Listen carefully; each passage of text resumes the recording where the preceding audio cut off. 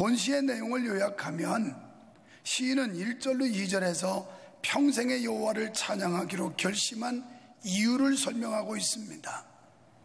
또 3절로 4절에서 그 이유는 하나님의 도우심 때문이고, 5절로 6절에서는 하나님은 창조주요 만물의 통치자이시기 때문이며, 8절로 10절에서는 하나님의 긍휼과 사랑 때문에 자기는 하나님을 찬양한다라고 표현하고 있습니다. 그렇습니다.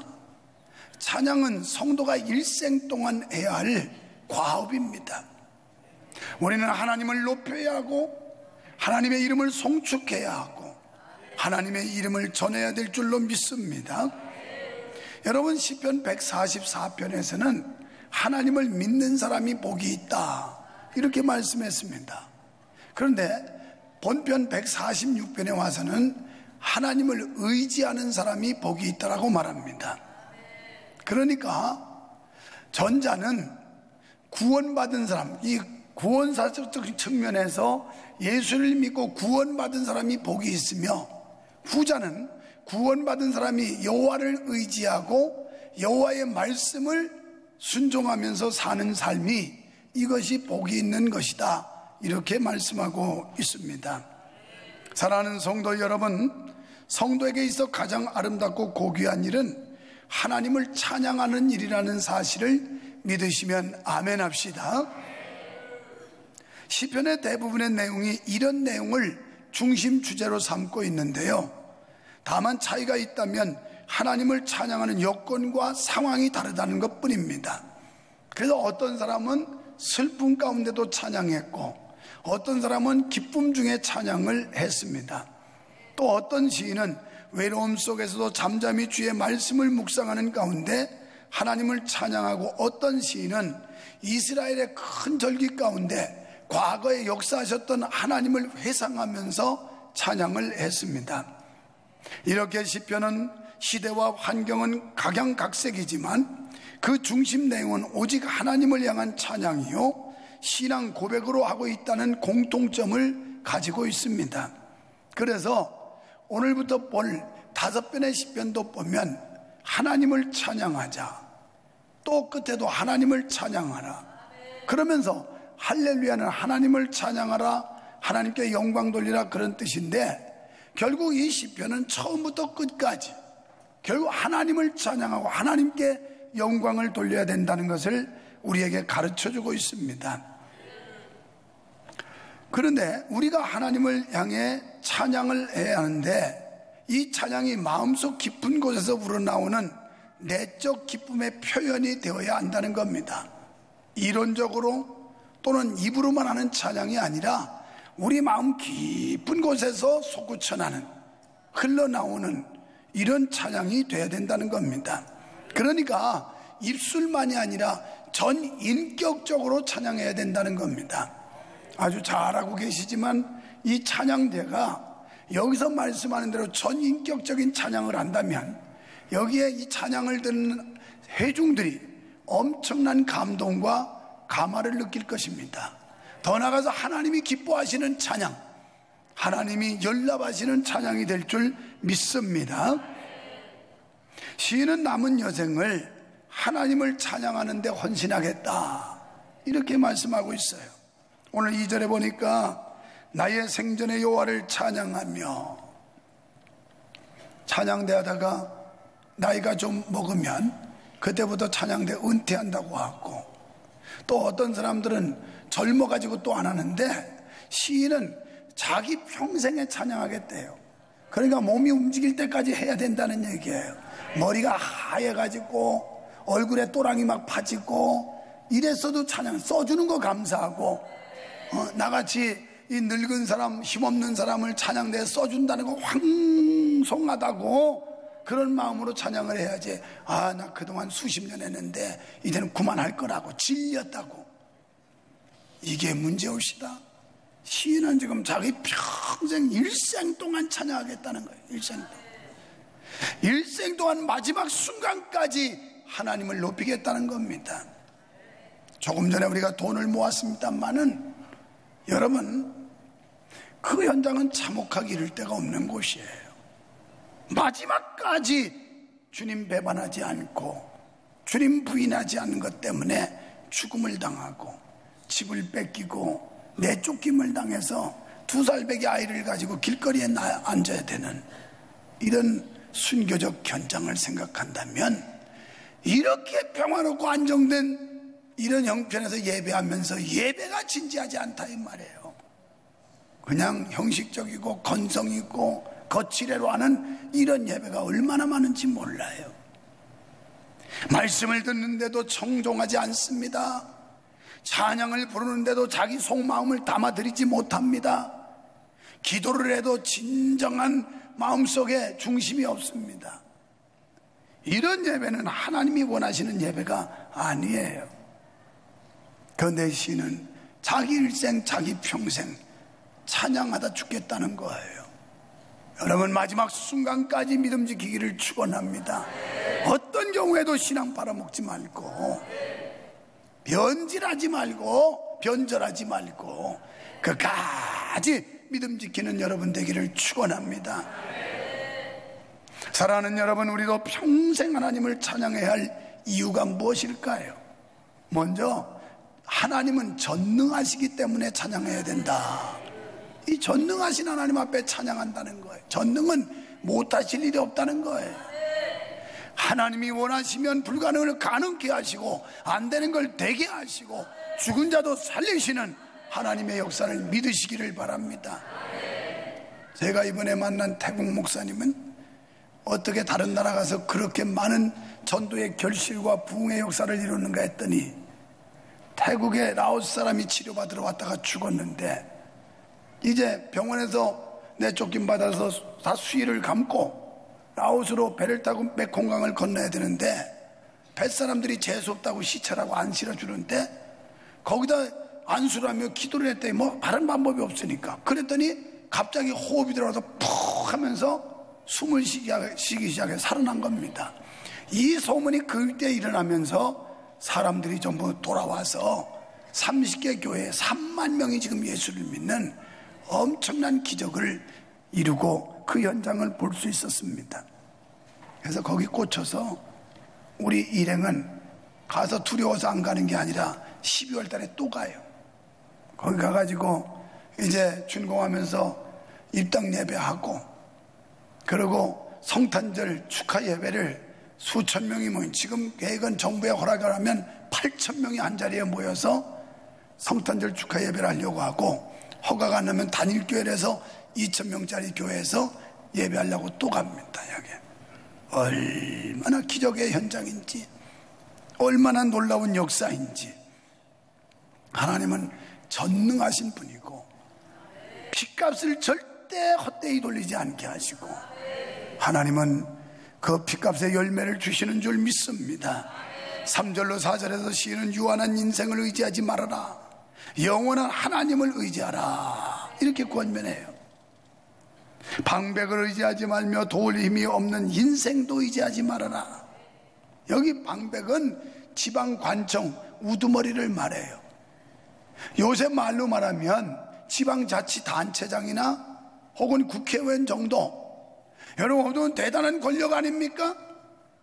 그들의 힘을 빌리면 뭔가 될 것 같지 않습니까? 근데 성경은 그런 사람도 의지하지 말래요. 이후 예배들 와서 많이 드리고 갔습니다만은 거기 오신 분들 중에는 부시장을 지낸 분도 있고 경찰청장을 지낸 분도 있고 대사를 지낸 분도 있고 교장 선생님 은퇴한 분들도 몇 사람 있고, 그러나 뻐길 거 없다 이 말이에요. 여기 아무리 지위가 높아도 뻐기지 말라 이 말이에요. 뻐기지 말라. 아멘. 뭐 거드름 피면서 내가 사회적인 지위가 어쩌고 내가 권력을 잡았는데 까불지 말라 말이에요. 까불지 말라. 여기 방백도 의지하지 말고 도울 힘이 없는 인생도 의지하지 말아라. 호흡이 끊어지면 그날로 그 도모한 게 다 없어진다는 거예요. 여러분, 이런 사람을 의지하다 보면 하나님을 의지하지 않아요. 사람이 자기 배경이 좋으면요 믿음이 제대로 갖지를 않아요. 그 백 믿고 뭘 해보려고. 목회자들도 보면 배경이 좋으면 하나님 앞에 나가서 하나님 앞에 단판을 지려고 안 하고 자꾸 인간적인 방법 이런 거 동원하니까 목회가 안 되는 거예요. 오늘 시인은 방백도 의지하지 마, 권력자도 의지하지 말래요. 여러분 뭐 주변에 권력자 있다고 그거 요새는 통하지도 않지만 의지할 거 없어요. 그냥 주님만 의지하래요. 주님만, 하나님만 의지해야 될 줄 믿습니다. 인생을 의지하는 것은 무력할 뿐만 아니라 오히려 하나님을 의지하는데 방해가 되기도 합니다.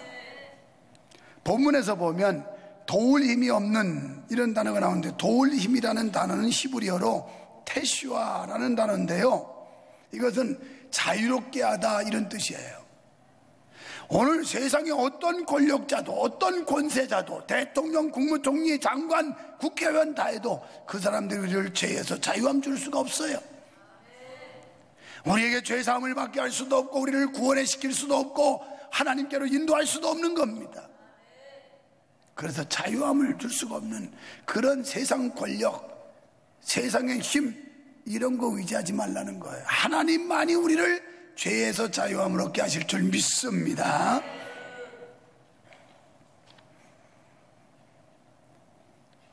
그러니까 죄와 환난으로부터 구원할 수 있는 능력인데 인간에게는 이런 능력이 없다는 말이에요. 때문에 구원의 능력이 없는 인생의 도움을 의지하는 것은 무익하다는 겁니다.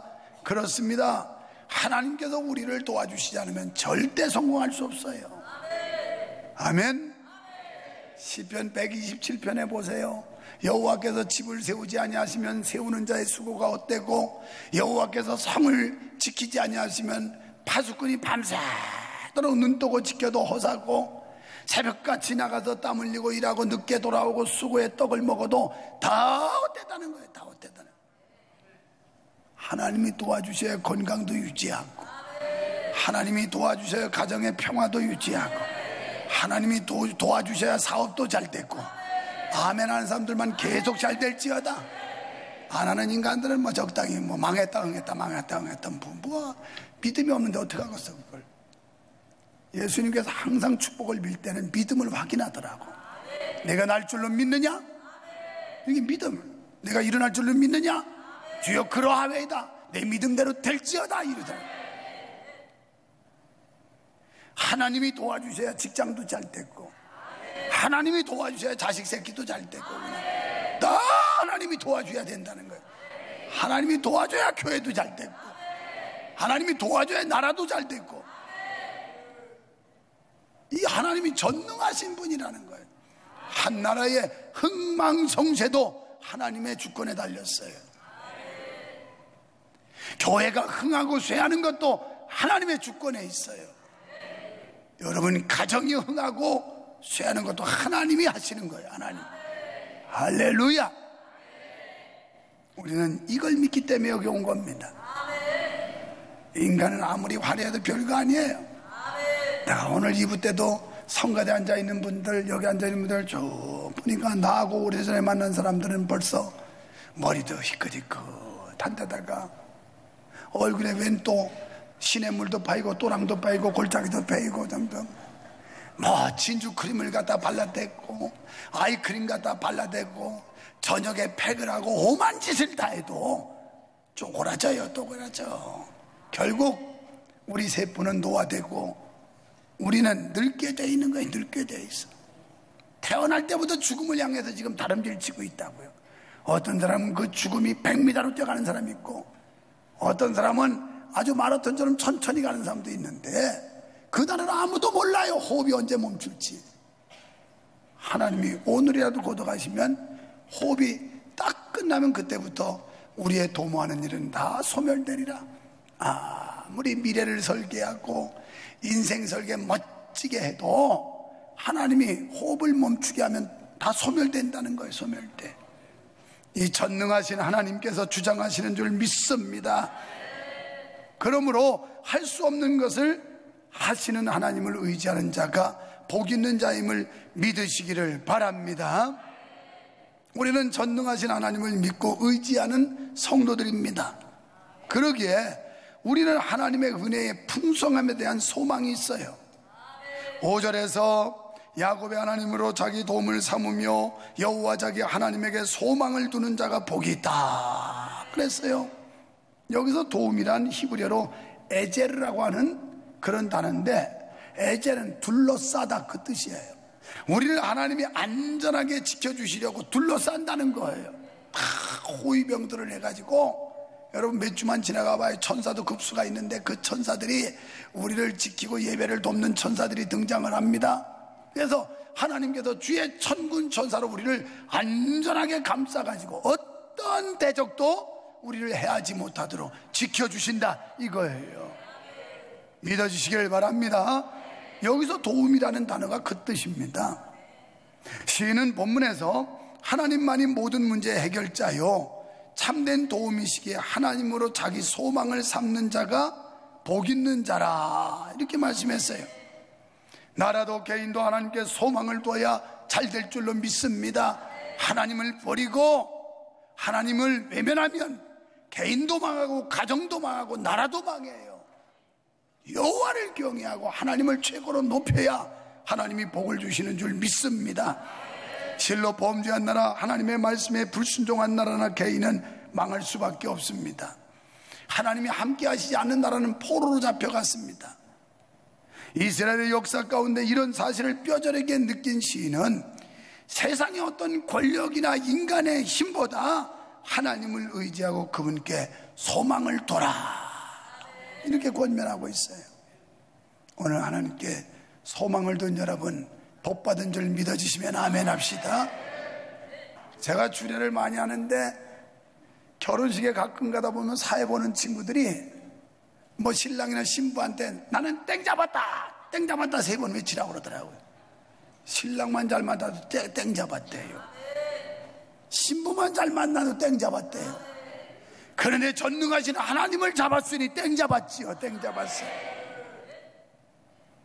여기는 못 잡았구만. 꿀 먹은 봉은이처럼 가만히 있는 거 보니까 아직도 못 잡았어. 여러분, 두 번째는 창조주를 의지하기 때문에 찬양한다는 겁니다. 야곱의 하나님으로 도움을 받는다는 것은 이스라엘을 택하시고 구원하신 하나님의 보호와 인도하심을 의뢰한다는 의미입니다. 여기서 시인은 6절에 보면 여호와는 천지와 바다와 그 중에 만물을 지으시며 영원히 진실함을 지키시며 그랬어요. 창조주 하나님은 영원하시기 때문에 야곱을 도와주신 하나님을 의지하는 자는 하나님의 도우심을 받을 수 있다. 그리고 하나님은 도와주실 때 천지를 창조하신 능력으로 도와주시기 때문에 못할 것이 없다라고 말씀하고 있는 겁니다. 그러므로 만물을 창조하신 하나님을 의지하는 자는 복이 있다는 사실을 말씀하고 있습니다. 하나님께서는 무엇이나 창조하시는 능력으로 도와주시기 때문에 그 도우심은 온전하고 영원한 줄로 믿습니다. 창조주 하나님 말씀으로 천지를 지으시고 죽은 자를 살리시고 불가능을 가능케 하시고, 여러분 소돔과 고모라 멸망한다고 전했더니 롯의 사육감들이 농담으로 여겼더라. 그랬더니 쫄딱 망했어요. 성경 역사에 하나님의 말씀으로 농담으로 여긴 자마다 멸망했어요. 예수 믿어야 구원받고 천국 간다고 지금 외치고 있지만 이걸 농담으로 여긴 자들은 멸망받을 겁니다. 결국 영원한 지옥불에 떨어질 거예요. 그때는 후회해도 늦었습니다. 탄식해도 바꿀 수 없습니다. 아무리 뉘우쳐도 환경이나 상황을 바꿀 수 없습니다. 오늘 우리가 창조주 하나님이 나와 함께 하신다는데 이게 얼마나 감사한 일이에요. 그러니 그분을 높이지 않을 수 있겠어요? 그분께 찬양하지 않을 수 있겠어요? 시편 105편 3절에 보니까 그 성호를 자랑하라. 그래서 성호는 하나님의 이름이죠. 예수 그리스도죠. 그분을 자랑하라는 거예요. 이게 현대적 용어로 전도예요. 전도. 자랑하라는 거예요. 자랑. 나는 하나님 믿는 사람이다. 내가 믿는 하나님은 이런 분이다. 이분은 창조주다. 이러면서 자랑하라는 거예요. 성호를 자랑하라. 무릇 여호와를 구하는 자는 마음이 즐거울지로다. 그래서 여호와를 구하는 자, 4절에는 여호와 그 능력을 구할지어다, 그 얼굴을 항상 구할지어다. 그 얼굴을 구한다는 게 뭘까요? 하나님 만나라는 말이에요. 오늘 이 예배 오셔서 하나님 만나고 돌아가시기를 축원합니다. 그의 얼굴을 구하라. 오늘 여기 오셨지만 여호와를 만나지 못하면 마음의 즐거움도 없고 기쁨도 없고 감사도 없고 소망도 없고 위로도 없고 다 없어.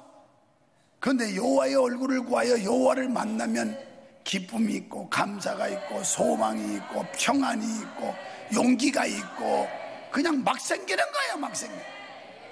오늘 교회 올 때 그냥 인상 쓰고 오신 분들, 교회에서 돌아갈 때는 얼굴이 확 그냥 펴지기를 축원합니다. 그래서 막 해바라기 같이 되는데, 해바라기는 해처럼 동그래서도 해바라기지만 해바라기는 해를 바라본 데서 해바라기예요. 그게 그래서 동쪽에서 해가 뜰 때는 동쪽을 봤다가 점심 때는 정오를 하늘 봤다가 이렇게 넘어가요. 우리는 뭐가 돼? 주바라기가 돼야 돼. 주바라기. 주님을 바라보면 기쁨이 있고, 주님을 바라보면 감사가 있고, 주님 바라보면 치유가 있고, 주님 바라보면 형통이 있고. 그래서 주바라기가 돼야 되는 거예요. 주바라기. 세 번째, 영원한 통치자를 의지하기 때문에 공의로우신 하나님께서는 공의로 판단하시며 줄인 자에게 식물을 주신대요. 여러분, 갈급한 영혼이 풍성한 은혜와 축복을 누리기를 축원합니다. 아무리 먹을 게 많아도요, 영적으로 갈급하면 만족이 없어요. 아무리 돈이 많아도 영적인 충족이 없으면 행복하지 않아요. 왠지 모르게 누르자면 그냥 마음속에 구멍이 뻥 뚫린 것처럼 허전하고 허망하고 이렇게 되는 거예요. 영적으로 갈급하면. 그런데 하나님께서 줄인 자에게 식물을 주신다는데, 영적으로 갈급한 우리에게 풍족한 은혜와 복을 주실 줄 믿습니다. 그래서 우리의 필요를 채워주시는 분이라는 거예요. 여러분, 각각의 필요가 다를 겁니다. 어떤 분은 육체가 허약해서 질병에서 고침받기를 원하는 분도 있을 거고, 어떤 분은 너무 가난해서 물질이 없어서 돈을 벌기를 원하는 사람도 있을 거고, 어떤 사람은 직장 다니면서 쫄다구라서 승진 승급하기를 원할 사람도 있을 거고, 하여튼 별별 사람들이 다 있을 겁니다. 우리가 믿는 그 하나님은 통치자 되셔서 우리의 필요를 채워주신대요. 이 필요를 공급받기를 축원합니다. 또 갇힌 자에게 자유를 주신대요. 지금 현대인들은 우울증, 신경쇠약 또는 이 범민하는 거, 이런 죄에, 이런 그 병에 눌려 있어요. 그런데 갇힌 자에게 자유함, 갇힌 자는 자유가 없어요. 그런데 자유함은 노임받게 되고 해방되는 건데, 이런 은혜를 하나님이 주신다는 겁니다. 앞을 보지 못하는 사람에게 눈을 열어주신대요. 여러분 인생이 지금 답답합니까? 암담합니까? 캄캄합니까? 통치자 하나님을 믿으세요. 그분을 의지하세요. 그러면 하나님이 열어주실 줄 믿습니다. 비굴한 자를 일으켜 세운대요. 힘없는 사람, 비실비실한 사람 하나님께서 세임 주셔서 벌떡 일어나게 하고 용기와 힘을 갖게 할 줄 믿습니다. 그리고 7절과 9절 말씀은 하나님의 자비와 긍휼을 말씀하고 있어요. 여러분, 하나님은 우리의 영원한 통치자이심을 믿으시기 바랍니다. 본문 그대로 하나님은 사랑이시라서 백성을 의로 통치하시고 고아와 과부를 돌아보시며 필요한 양식으로 먹이시는 영원한 통치자라는 거예요. 주의 통치를 받는 사람이 주바락이라고 할 수 있어요.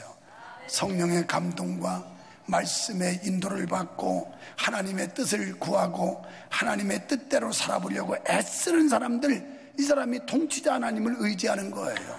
그분 앞에 모든 걸 맡기는 거예요. 내 전 인생을 맡기는 겁니다. 그러면 평화가 있어요. 자유가 있어요. 왜냐하면 하나님께서 의인은 7번 넘어져도 8번 일으킨다고 하는 말씀대로 다시 빨딱빨딱 일어난다고요. 오늘 세임 받고 돌아가기를 축원합니다. 막 세상은 짜증나고 원통하고 막 그냥 뭐 불행하고 야속하고 막 증오가 끌어올릴지라도 오늘 와서 주님 만나시고 마음에 참된 평화 얻으시기를 축원합니다. 그래서 살맛없던 인생이 살맛이 생기기를 바랍니다. 이런 사람들은 말할 때마다 죽을 맛이야. 요새 정말 죽을 맛이야. 오늘 죽을 맛 가지고 온 사람들 살 맛 가지고 돌아가기를 바랍니다. 그래서 그분을 의지하는 것이 복이라 할 수 있습니다. 그러므로 하나님을 의지하는 자가 복이 있다는 말씀은 맹목적으로 하는 말이 아닙니다. 하나님은 전능하시지만 군림하시지 않으시고 사랑으로 영원히 통치하심으로 그분을 의지하는 자가 복이 있는 줄 믿습니다. 시인은 구원자 하나님, 공의의 하나님, 자비의 하나님, 이런 하나님을 평생토록 찬양하겠다는 거예요. 지난주에 말한 대로 노래만 부르는 걸 말하는 게 아니라 일생토록 그분을 의지하고 그분과 동행하며 그분을 따라가겠다는 거예요. 그저 기분 내키면 찬양하고 그렇지 않으면 불평하는 게 아니었습니다. 언제나 변함없이 그분만을 찬양하겠다는 신앙을 우리도 본받아야 할 줄로 믿습니다. 그래서 기쁠 때나 슬플 때나 찬양하며 사시기를 축원합니다. 감사하며 사시기를 축원합니다. 옛날에 사도 바울은 빌립보 옥중에서도 찬양했습니다. 빌립보 4장 4절에서 그는 빌립보 성도들에게 주 안에서 기뻐하라, 항상 기뻐하라. 주 안에서 있으면 기뻐할 수 있다는 거예요. 주와 같이 길 가는 거 즐거운 일 아닌가. 우리 주님 걸어가신 발자취를 밟겠네. 한 걸음 두 걸음 주 예수와 함께. 이게 주님과 같이 가는 거예요. 주와 같이 길 가는 거. 그러면 늘 기뻐져요. 오늘 주님 만나시기를 바랍니다. 전능하신 나의 주 하나님은 능치 못할 일이 전혀 없다는 사실을 믿으시기를 바랍니다.